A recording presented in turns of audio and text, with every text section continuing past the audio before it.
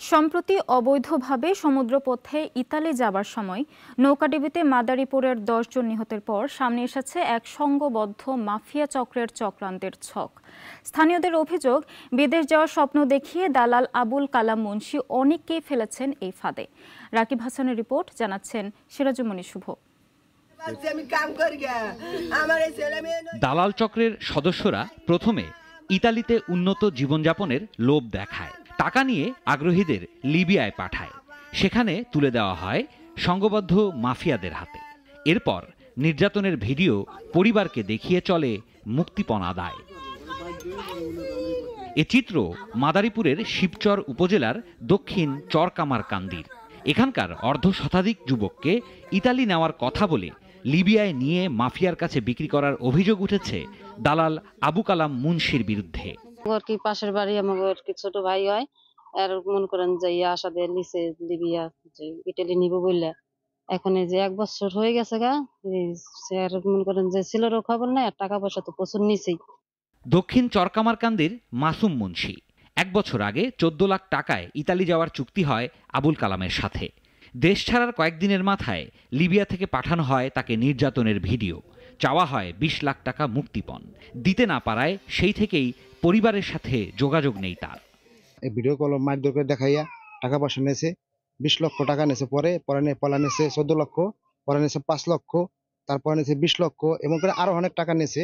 সেই মার খাইয়া মনে করেন বলে, মা আমার বাঁচাও বাঁচাও, আমার স্বামী অটো চালায় ক্যামেরা ধরতে বাঁচাও, মনে করেন পরে জায়গা চুপে যা ছিল ক্ষেত বুই ক্ষেত সব বেচছে, তারপর ছেলেরা টাকা দেওয়া হয়েছে। একই গ্রামের সোহেল আহমেদ প্রায় 14 মাস আগে ইতালি যাওয়ার জন্য বাড়ি ছাড়েন। টাকার জন্য তাকেও করা হয়েছে অমানবিক নির্যাতন। দালাল চক্রকে দিতে হয়েছে 51 লাখ টাকা। আরেক ভুক্তভোগী সোহাগ মোল্লা একই দালালের কাছে জিম্মি দশায় গুনেছেন 45 লাখ টাকা, কিন্তু তাদেরও সন্ধান মেলেনি। আমার বাইরে প্রচুর মারধর করে, আমাদেরকে ভিডিও কলে ফোন দিয়ে অনেক মারধর করে, অনেক টর্চার করছে, এতটাই মারধর করছে আমরা টাকা দিতে বাধ্য হয়েছি। ইতালির কথা বললে লিবিয়া নিয়া ও অনেক নির্যাতন মারধর কইরা আমাদের কাছ থেকে প্রায় 45 লাখ টাকা হাতিয়ে নেয়। মাদারীপুরের চরকামারকান্দি এলাকায় এমন চিত্র ঘরে ঘরে। ভুক্তভোগীরা চান দালাল আবুল কালাম মুন্সির দৃষ্টান্তমূলক শাস্তি।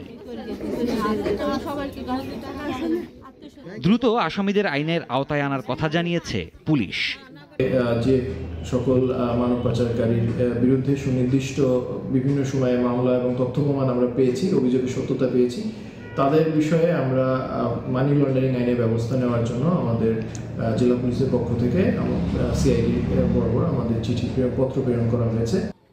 শুধু আশ্বাস নয়, দালালদের উপযুক্ত শাস্তি নিশ্চিতের পাশাপাশি নিখোঁজ স্বজনদের খুঁজে পেতে সরকারের হস্তক্ষেপ চান ভুক্তভোগীরা। সিরাজুমণি শুভ, নাগরিক। 250-টিরও বেশি ডিজাইন অপশন নিয়ে ওয়ালটন স্মার্ট ফ্রিজ, বোঝে আপনার প্রয়োজন।